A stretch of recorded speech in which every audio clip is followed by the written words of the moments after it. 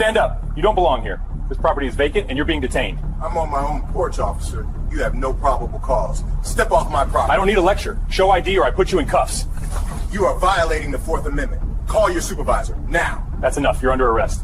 Officer Brody Vance had been with the Oak Creek Police Department for just over 4 years when he made the decision that would implode his career and cost the city's taxpayers a staggering $3.2 million.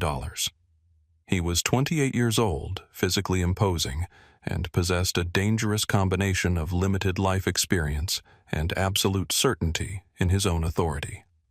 On a bright, sun-drenched Tuesday morning in late April, he received a dispatch call regarding a suspicious individual on the porch of a high-value property in the historic district. The individual in question was the Honorable Marcus Sterling, a 64-year-old federal circuit court judge and a lifelong scholar of civil rights law.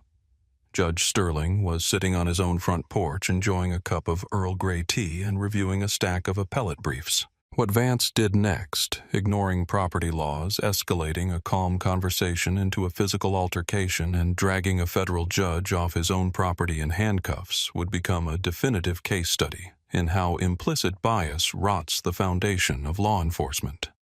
Before we get into the details of this catastrophic failure of judgment, where are you tuning in from? If you believe that a man's home is his castle and that the Constitution applies to everyone, please hit that subscribe button. Your engagement helps us shine a light on these injustices. The historic district of Oak Creek is the kind of neighborhood that real estate agents describe as stately. It is a grid of wide, tree-lined avenues where 100-year-old oaks cast dappled shadows over manicured fescue lawns. The houses are architectural treasures, colonials, Tudors, and Victorians, set far back from the street, radiating an aura of generational wealth and quiet power. It was 11:15 a.m. The morning air was crisp, carrying the scent of blooming azaleas and fresh mulch. The neighborhood was mostly quiet, save for the distant hum of leaf blowers from a landscaping crew working 2 houses down. It was the picture of suburban tranquility, a place where people moved to escape the noise and friction of the city. Judge Marcus Sterling had purchased the sprawling brick Georgian revival on Elm Street just 3 weeks prior. At 64 years old, Sterling was a man of immense gravity. He stood 6'2" with close-cropped salt and pepper hair and a posture that had been stiffened by decades of sitting on the bench. He had spent 35 years in the legal profession, first as a civil rights attorney fighting discriminatory housing practices in the 1980s, then as a prosecutor who went after corruption in City Hall, and finally for the last 15 years as a federal judge known for his piercing intellect and zero-tolerance policy for procedural errors. His colleagues described him as a legal titan. His clerks called him terrifying but fair. To Marcus Sterling, the law was not just a job. It was the structure that held civilization together. That Tuesday morning, Sterling was officially on vacation, though men like him never truly stopped working. He was dressed for comfort, but still maintained a standard of dignity that was non-negotiable for him. Pressed khaki trousers, a crisp navy blue polo shirt, and polished loafers. He sat in a wicker chair on his broad front porch, a thick binder of case files open on his lap, a pair of reading glasses perched on the end of his nose. He wasn't hiding. He wasn't lurking. He was the owner of the house, enjoying the fruits of a lifetime of hard labor. He had spoken to no one that morning. He had simply walked out his front door, sat down, and began to read. But in the eyes of one neighbor, Marcus Sterling's presence was a disruption to the visual order of the neighborhood. Brenda Higgins lived directly across the street. At 55 years old, Brenda considered herself the unofficial guardian of Elm Street. She spent her mornings in her sunroom, ostensibly reading magazines, but primarily monitoring the street through the slats of her plantation shutters. She knew the rhythm of the neighborhood who left for work at 8:00, whose dog barked at the mail carrier, which landscaping service came on Thursdays. When she looked out her window and saw a black man sitting comfortably on the porch of the empty brick house, the one the real estate agent said had been sold to a very quiet older couple, Her mind immediately rejected the reality before her eyes. In Brenda's world, people like Marcus Sterling didn't buy houses on Elm Street. In her mind, the for sale sign had been taken down, but she hadn't seen a moving truck yet. Therefore, the house was empty. Therefore, the man on the porch was an intruder. She watched him for 5 minutes, waiting for him to get up and leave, waiting for him to pick up a package and run, waiting for him to do something criminal. But Sterling just turned a page in his binder and took a sip of tea. To Brenda, this brazen comfort was even more suspicious. It suggested he felt he had a right to be there. She picked up her phone, her fingers trembling with a mix of anxiety and self-righteousness, and dialed the non-emergency police line.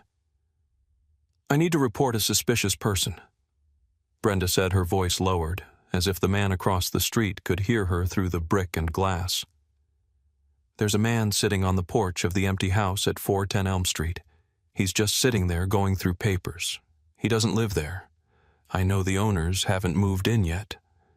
The dispatcher asked the standard questions. "Is he trying to break in? Is he aggressive?" "No," Brenda admitted, squinting through the blinds.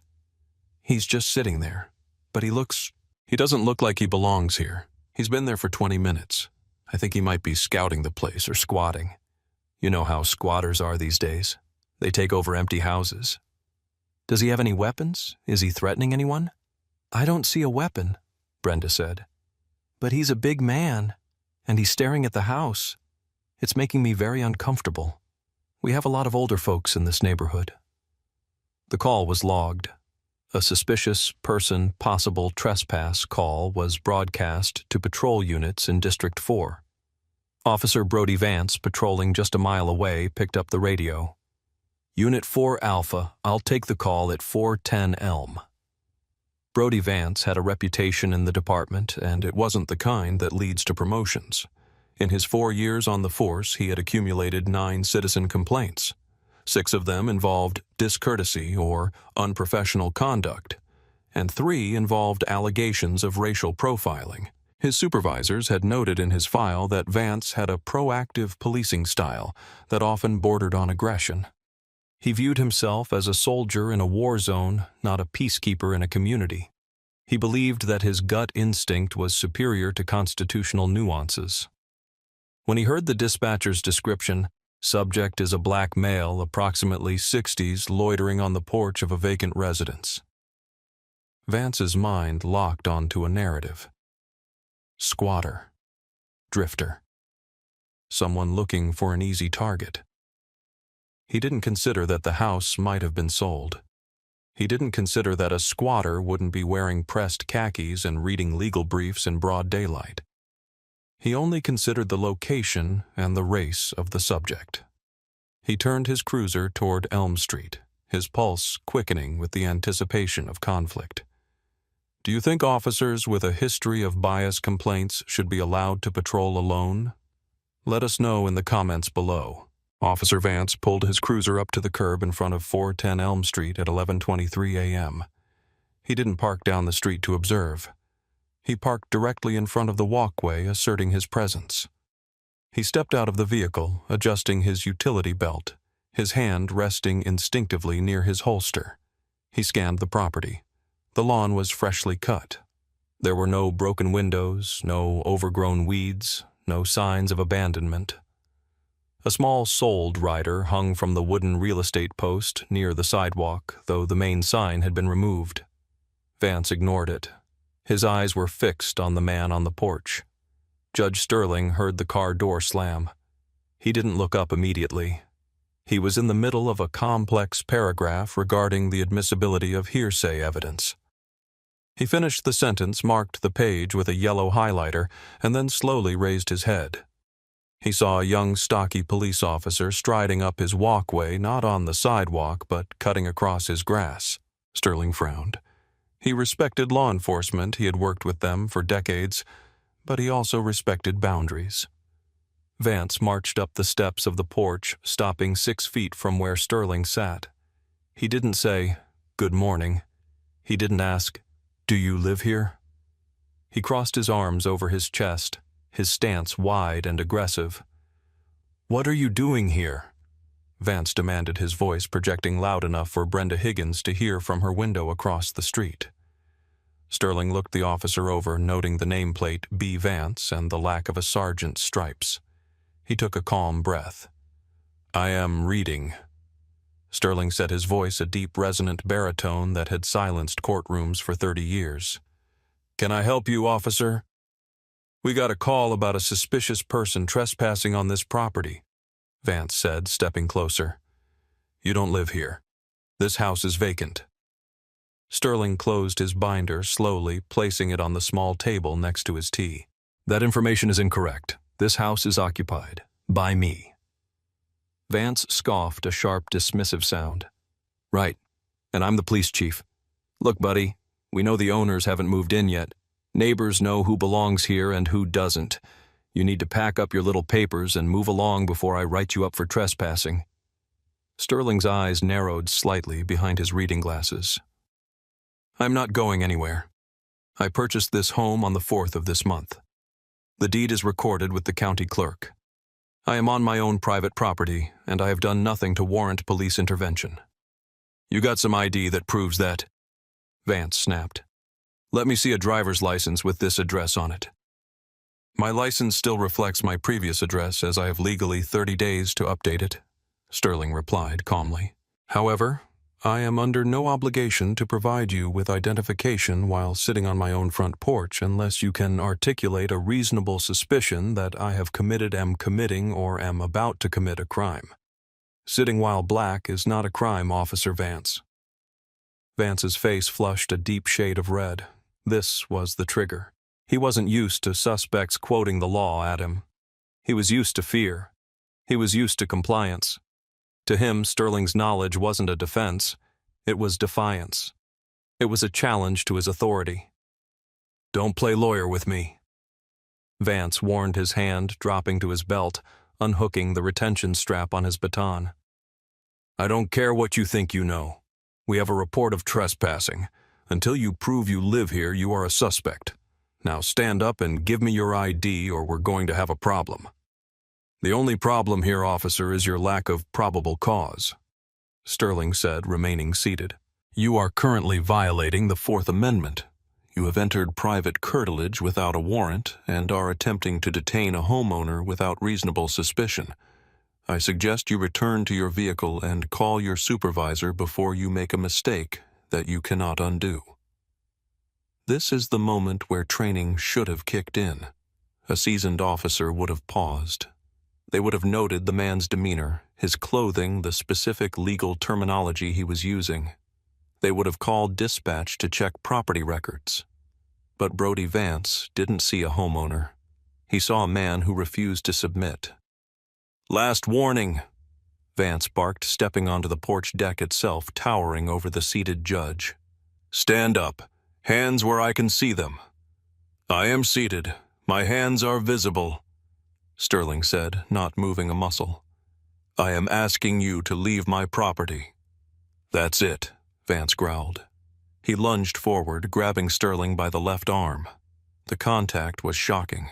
Sterling, despite his age, was a sturdy man, but he wasn't prepared for the violence of the grab. Vance yanked him upward. "You're under arrest for trespassing and resisting an officer." "Get your hands off me," Sterling shouted the command in his voice absolute. "You are assaulting a federal judge." "Yeah, sure you are," Vance sneered. He spun Sterling around, twisting the older man's arm behind his back with unnecessary force. Sterling winced as pain shot through his shoulder, an old rotator cuff injury flaring up instantly. He didn't fight back. He knew that any physical resistance would be used to justify further violence. He went limp, allowing Vance to manhandle him. Across the street, the landscaping crew had stopped their leaf blowers. The foreman, a man in his 40s, had pulled out his phone and was recording. He zoomed in as Vance shoved Sterling against the porch railing. "Stop resisting," Vance yelled for the benefit of the camera he hadn't noticed yet. "I am not resisting," Sterling stated clearly, his face pressed against the wood of his own porch column. "I am complying under duress. I am Judge Marcus Sterling of the United States Court of Appeals. You are making a grave error." Vance snapped the handcuffs onto Sterling's wrists. He tightened them aggressively, the metal biting into the skin. "You can tell the judge your stories in court," Vance mocked. "I am the judge." Sterling said, his voice low and dangerous. Vance ignored him. He hauled Sterling off the porch, marching him down the walkway that Sterling had paid to have power washed 3 days ago. Brenda Higgins watched from her window, a flicker of doubt finally entering her mind as she saw the criminal being led away in khakis and loafers. He didn't look like a squatter. He looked like a man whose dignity was being stolen. Vance shoved Sterling into the back of the patrol car. The space was cramped, the hard plastic seat unforgiving. Sterling's shoulder throbbed. He took a deep breath, closing his eyes for a second to center himself. He began to mentally catalog everything: the time of day, the officer's badge number, the lack of Miranda warnings, the excessive force, the failure to investigate. He wasn't just a victim anymore. He was a jurist building a case. "You're going to regret this," Vance said as he slammed the door. "You have no idea," Sterling whispered to the empty air of the back seat. The drive to the precinct took 15 minutes. Vance played loud rock music on the radio, a petty power move designed to humiliate his prisoner. Sterling sat in silence, staring out the window at the neighborhood he had worked his entire life to afford, watching it blur past through the cage of a police cruiser. When they arrived at the Oak Creek precinct, Vance pulled into the sally port with a flourish. He hauled Sterling out of the car, gripping his arm like a trophy. He marched him through the heavy steel doors and into the booking area.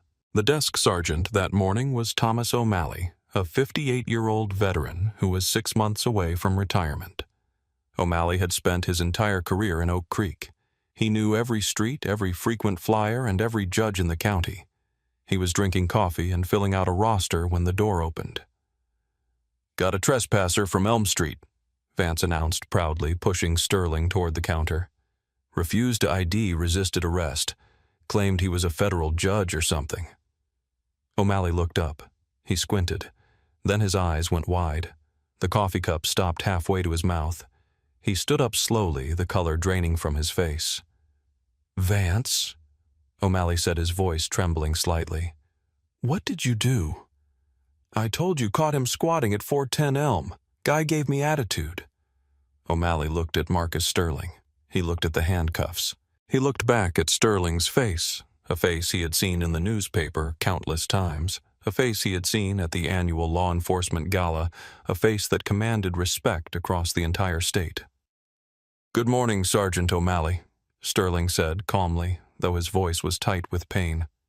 "I believe Officer Vance here has made a significant miscalculation."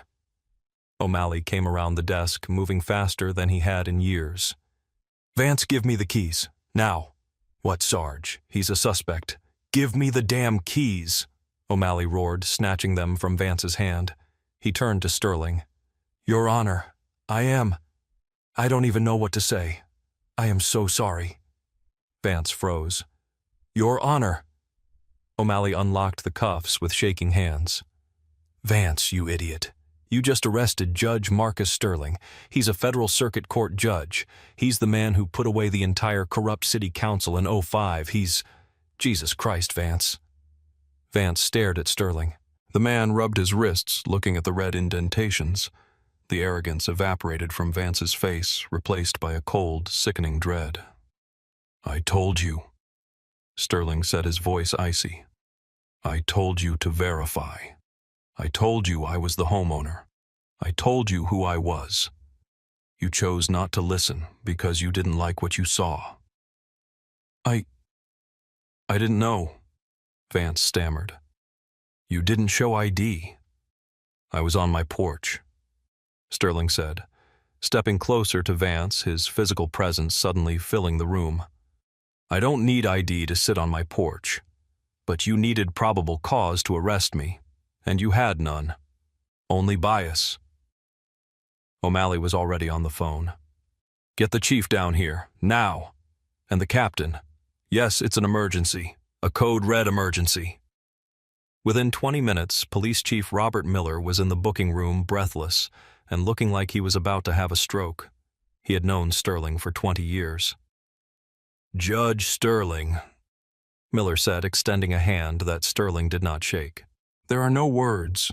This is a catastrophe. Are you injured? Do we need a medic? My shoulder is injured, Sterling said, but my civil rights have been battered far worse. We will drop all charges immediately, Miller said. We will expunge the arrest record. Officer Vance will be suspended pending an investigation. Please let us drive you home.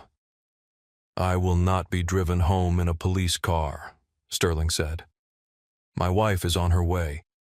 And, Chief Miller, do not expunge the record yet. I want that arrest report preserved. I want the body camera footage preserved. I want the dispatch logs preserved. Preserved? For what? Vance asked, his voice small. Sterling turned to the young officer one last time. For the lawsuit, Officer Vance, and for your termination hearing.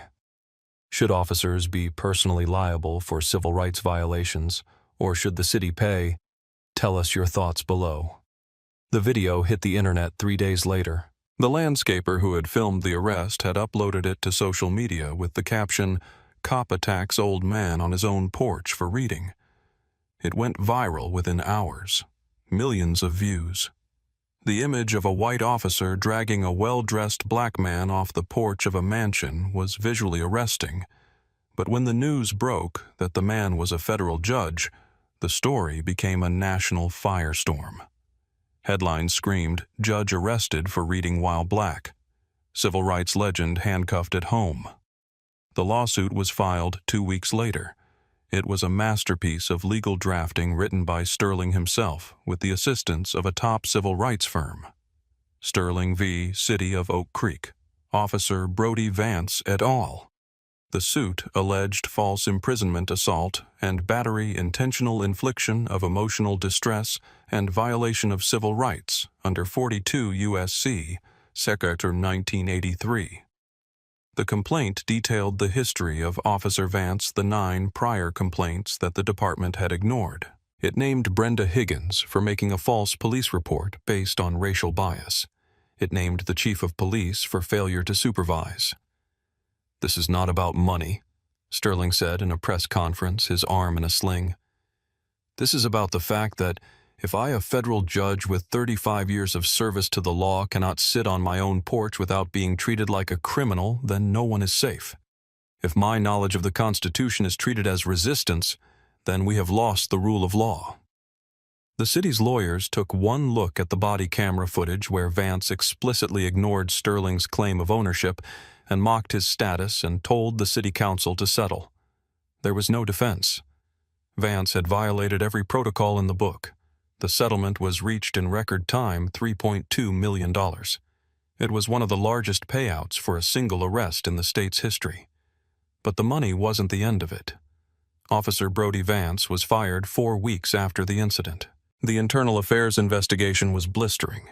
It found that Vance had instigated a confrontation without legal basis and demonstrated a profound lack of judgment and evident racial bias. He was stripped of his certification, meaning he could never work as a police officer in the state again. At 28, his career in law enforcement was over. Brenda Higgins, the neighbor, faced a different kind of justice. She wasn't arrested, but she was named in the lawsuit and eventually settled for an undisclosed amount to avoid a public trial. But the social cost was higher. The neighborhood she tried so hard to protect turned on her. Neighbors stopped waving. She was removed from the Homeowners Association board. She eventually sold her house and moved away, unable to bear the shame of being the woman who called the cops on the judge. 6 months later, Judge Sterling sat on his porch again. The weather was cooler now, the leaves on the oak trees turning a deep russet. His shoulder had healed, though it still ached when it rained. He had the same binder on his lap.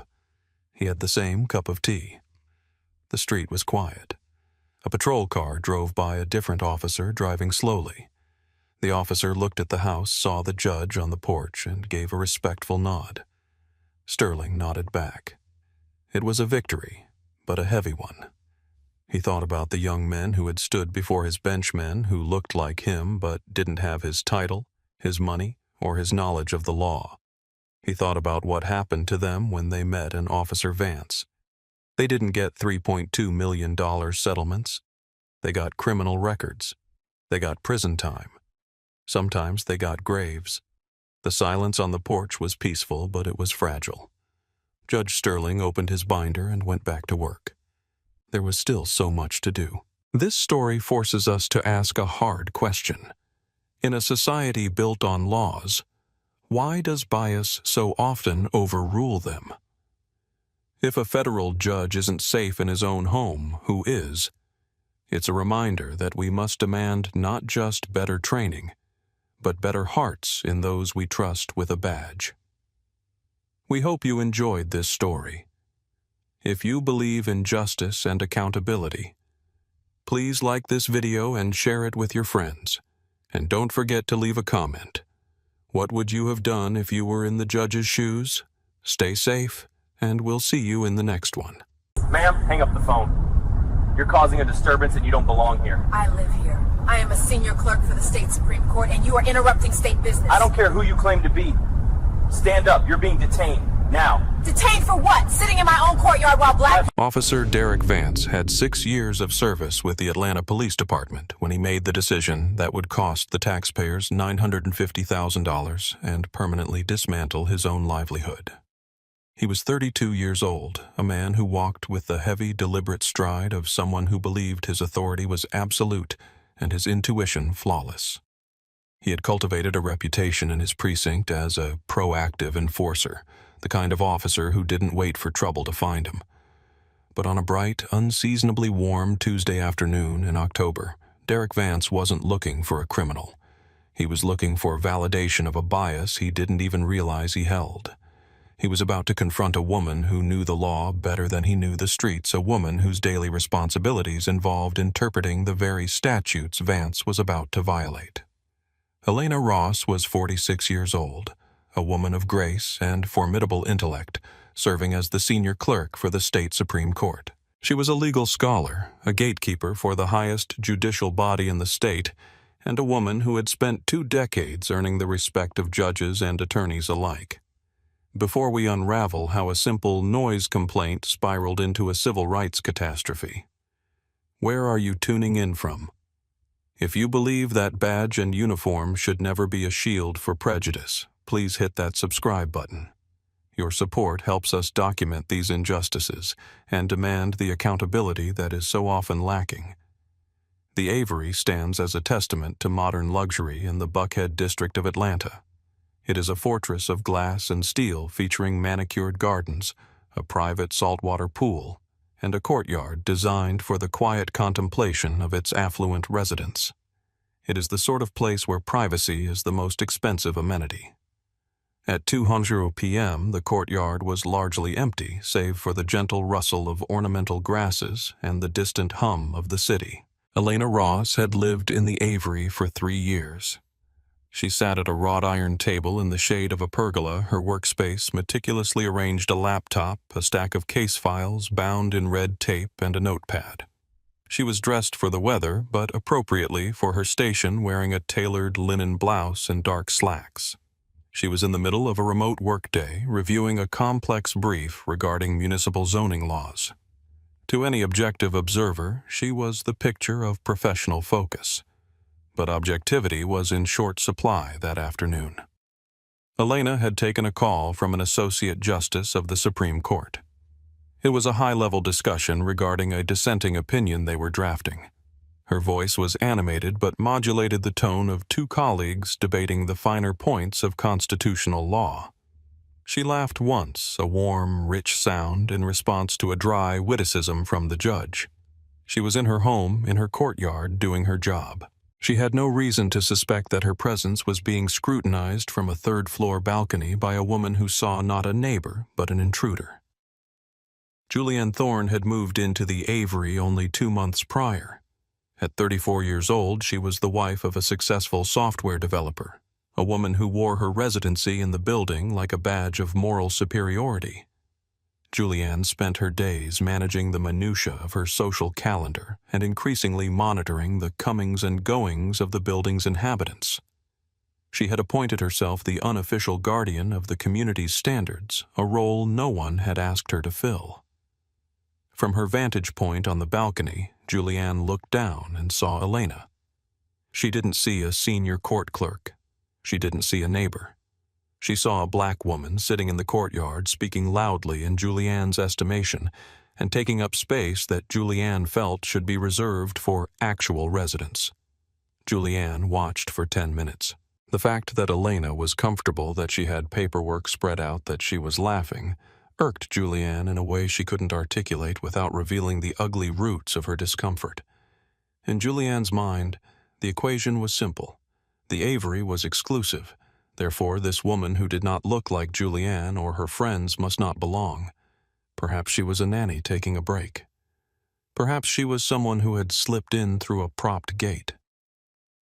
When Elena laughed again, Julianne decided that the noise was unbearable. She didn't call the concierge.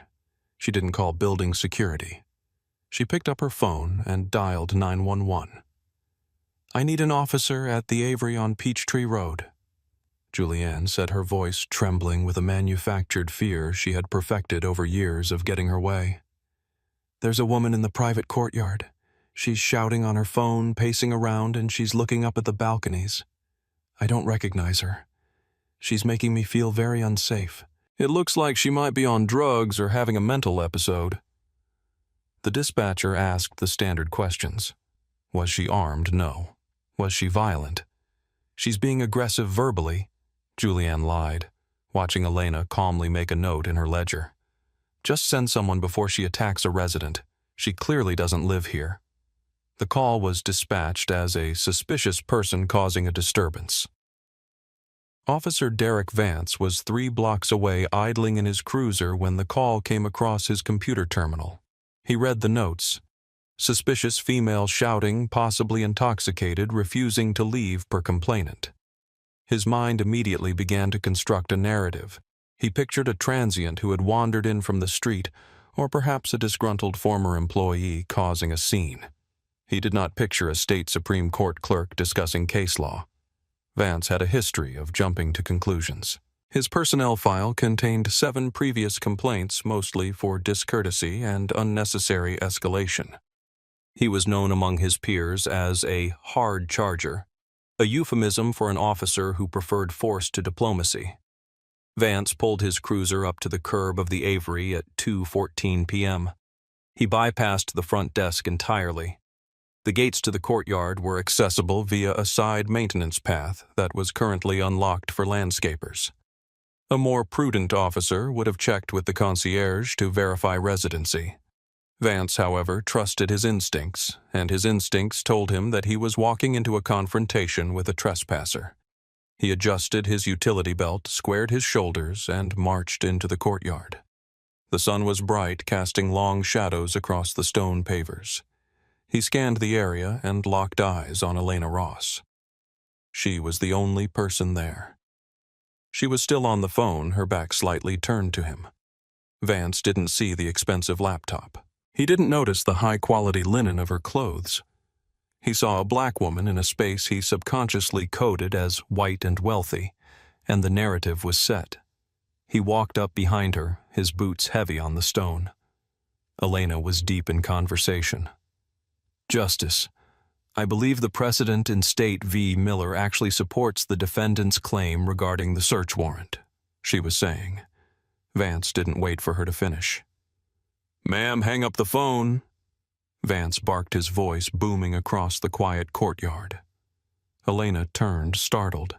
She saw a police officer standing 5 feet away, his hand resting near his holster, his face a mask of aggression. She held up a finger, signaling for a moment. "I apologize, Justice. I have a police officer interrupting me. Please hold one moment." She lowered the phone but did not end the call. She looked at Vance with a mixture of confusion and annoyance. "Officer, can I help you?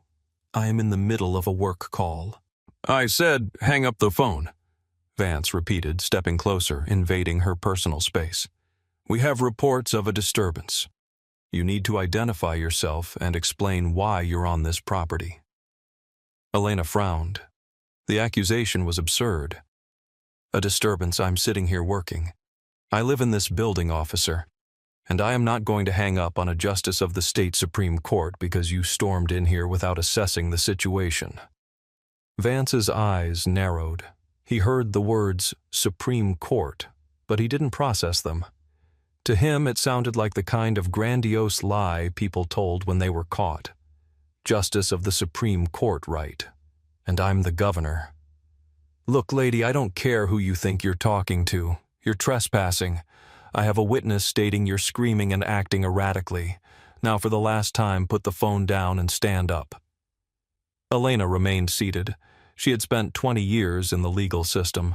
She knew her rights, and she knew exactly where this officer was overstepping. I am not trespassing, she said, her voice steady and steel-hard. I am a resident of Unit 404. My key fob is on the table. My identification is in my bag. I am not shouting. I am conducting state business. You are the one creating a disturbance. This was the moment where Officer Vance could have paused. He could have looked at the key fob. He could have asked to see the ID calmly. But Derek Vance did not like being corrected, especially not by someone he had already categorized as a suspect. Her confidence didn't read as innocence to him. It read as defiance. It read as a challenge to his authority. I'm not going to ask you again, Vance said, unclipping his radio. Stand up. You are detained for investigation of trespassing and disorderly conduct. Detained? Elena's eyes flashed. On what reasonable suspicion, being a black woman sitting in a courtyard? This is harassment, officer.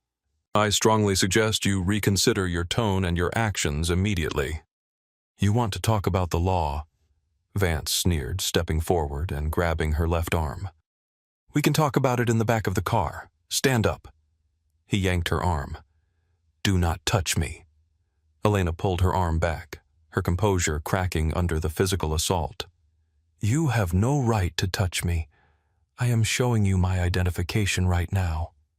She reached for her tote bag on the chair next to her. Don't reach! Vance shouted, his hand dropping to his taser. Hands where I can see them. Elena froze her hands, raised slightly, palms out. My credentials are in the bag. My badge is in the bag. I am the senior clerk for the Supreme Court. Check the bag. Vance grabbed the bag himself, upending it onto the table. A wallet, a phone charger, and a leather case tumbled out. The leather case fell open, revealing the heavy gold badge and the laminated identification card of the state judiciary. Elena Ross, senior clerk, State Supreme Court. Vance looked at it. The sun glinted off the metal. There, Elena said, her voice trembling with suppressed rage. Now you see who I am. Call your supervisor. Vance stared at the badge. His brain stuttered. It looked real. It felt real. But the cognitive dissonance was too strong. He had already decided she was a vagrant causing trouble. If he admitted this was real, he had just assaulted a high-ranking court official. His ego scrambled for a defense mechanism, and it found one. It must be fake. You think I'm stupid? Vance scoffed, tossing the badge back onto the table with a clatter. Anyone can buy a badge online. I've seen better fakes at a pawn shop. Impersonating a public official is a felony. Now you're really in trouble. Elena stared at him in disbelief. Are you insane? Look at the hologram. Call the number on the back. You are making a career-ending mistake. The only mistake was you thinking you could pull this off here, Vance said. He grabbed her wrist again, this time twisting it behind her back with excessive force. Elena gasped in pain, the phone slipping from her other hand and clattering to the stones. You are under arrest for trespassing, disorderly conduct, and impersonating an officer. I am not impersonating an officer. Elena shouted, the pain in her shoulder sharp and burning. I am a clerk of the court. You are violating my civil rights. Get your hands off me. By now, the commotion had drawn attention. A young couple on a first-floor balcony had stepped out. A man walking his dog on the other side of the fence had stopped. Phones were coming out. The lens of accountability was focusing on Officer Vance, but he was too deep in his tunnel vision to care. "Stop resisting!" Vance yelled for the benefit of the cameras he didn't see. He forced Elena's other arm back. She wasn't resisting. She was flinching from the pain of his grip. "I am complying," Elena cried out, utilizing the language she knew was necessary for the record. "I am not resisting. I am in pain. You are hurting my shoulder.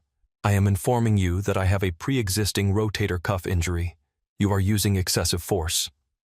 Vance snapped the handcuffs onto her wrists. He ratcheted them tight, too tight. The metal bit into the soft skin of her wrists. "You should have thought about that before you started screaming at residents," Vance muttered, pushing her forward against the table. "I wasn't screaming at anyone," Elena said, her face pressed against the warm stone of the table. "My name is Elena Ross. I live in Unit 404. My residency can be verified by the concierge. Why have you not checked with the concierge?" "I don't need to check with anyone. I have a victim statement," Vance said, hauling her upright. At that moment, the building manager, a man named Robert, came sprinting out of the rear lobby doors. He had seen the police car and then the commotion on the security monitors. "Whoa, whoa, officer, stop!" Robert yelled, waving his hands. "What are you doing? That's Ms. Ross." Vance paused, looking at the manager. "Stay back, sir. This subject is under arrest." "Subject?" Robert looked from Vance to Elena, horror on his face. "That is a tenant. She's lived here for 3 years. She's on the board of the HOA. You are arresting a resident." Elena looked at Robert, her eyes watering from the pain but her dignity intact. "Robert, please record this interaction. He has refused to verify my identity. He has refused to look at my lease agreement. He claims my Supreme Court credentials are fake." "They're fake, Robert," Vance said dismissively to the manager. "She's got a toy badge. She's coming with me." "Officer, listen to me," Robert pleaded, stepping closer but keeping his hands visible. "I am the property manager. I am telling you officially she has a right to be here. She is not trespassing. If you take her, you are kidnapping a resident." Vance hesitated. The seed of doubt was finally planted, but the handcuffs were already on. In his mind, unarresting her now would look like weakness. It would be an admission of error, and Derek Vance did not make errors. He doubled down. "She failed to follow lawful commands. She resisted detention. We'll sort out the residency at the station. Back off or you'll be joining her for obstruction." Vance shoved Elena forward, marching her toward the gate. She walked with her head high despite the humiliation of being paraded through her own home in shackles. She saw Julianne Thorne on the balcony, watching with a hand over her mouth, perhaps finally realizing that the threat she called in was being treated like a hardened criminal. "Officer Vance," Elena said quietly as they reached the cruiser. "My badge number is 004. The justice I was speaking to is Justice Samuel Holloway. He heard you assault me. He heard you refuse to identify yourself.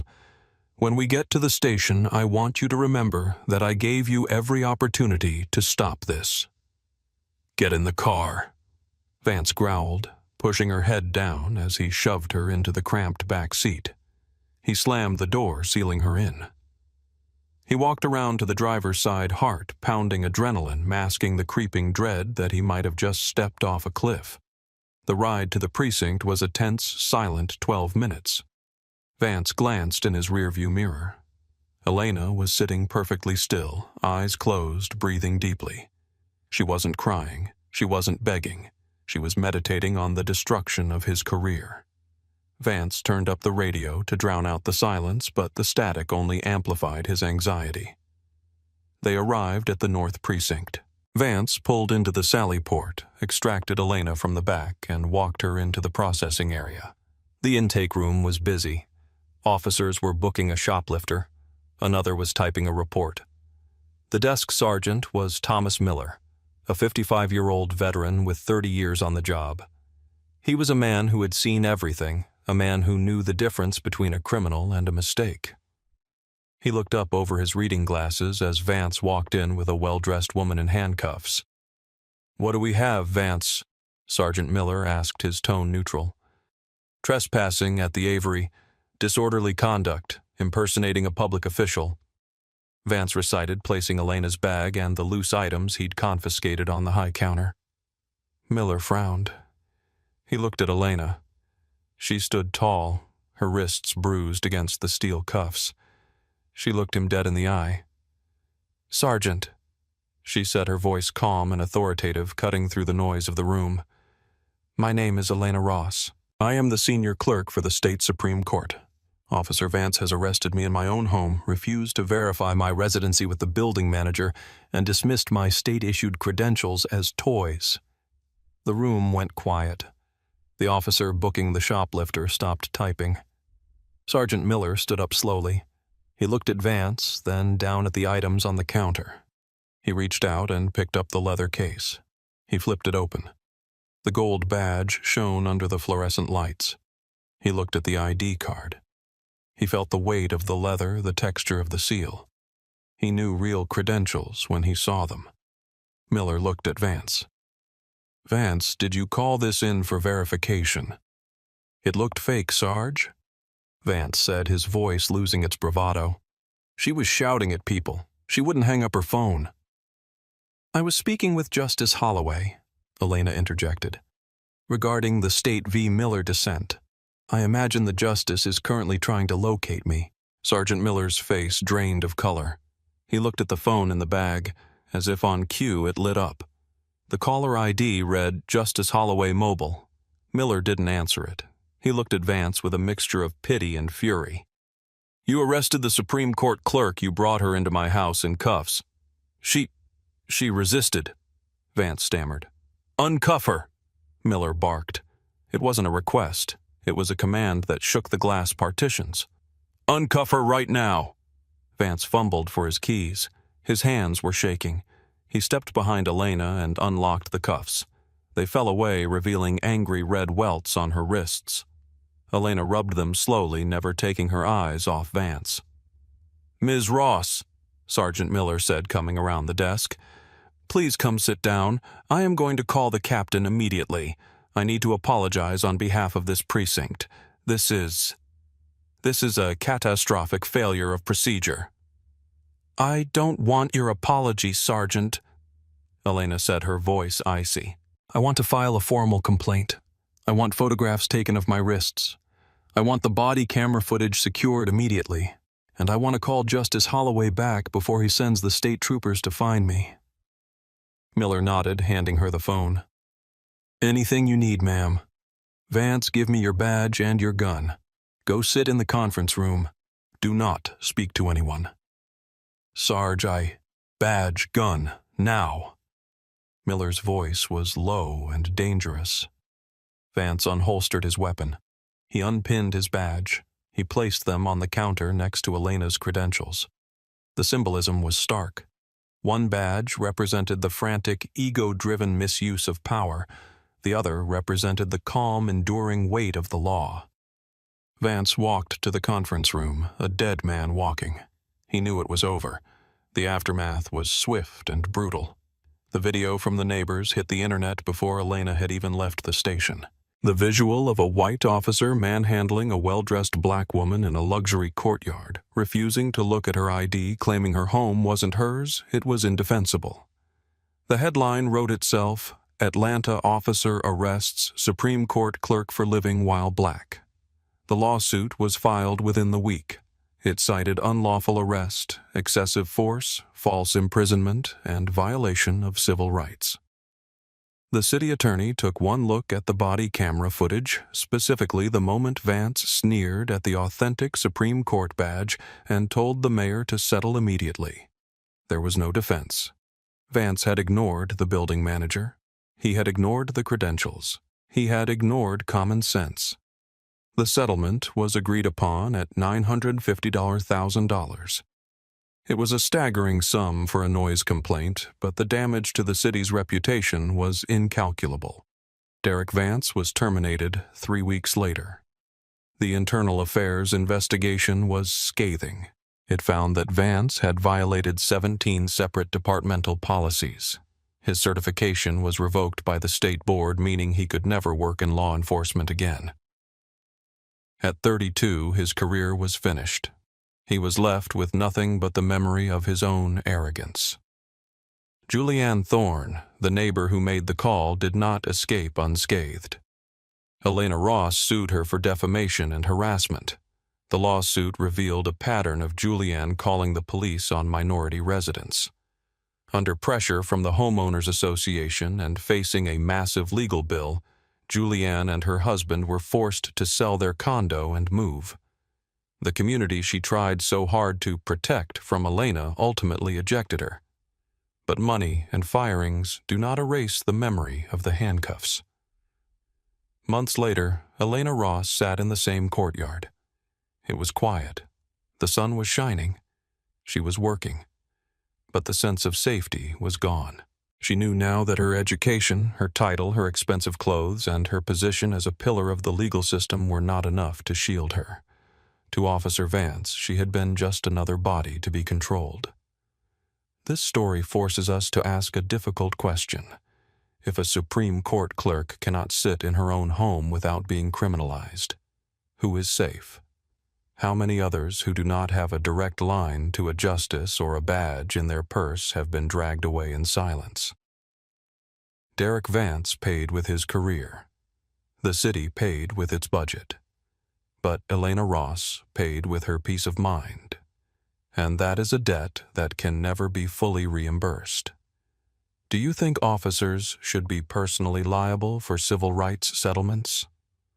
Let us know in the comments below. If this story moved you, please share it. We must keep the light shining on the truth. Thank you for watching.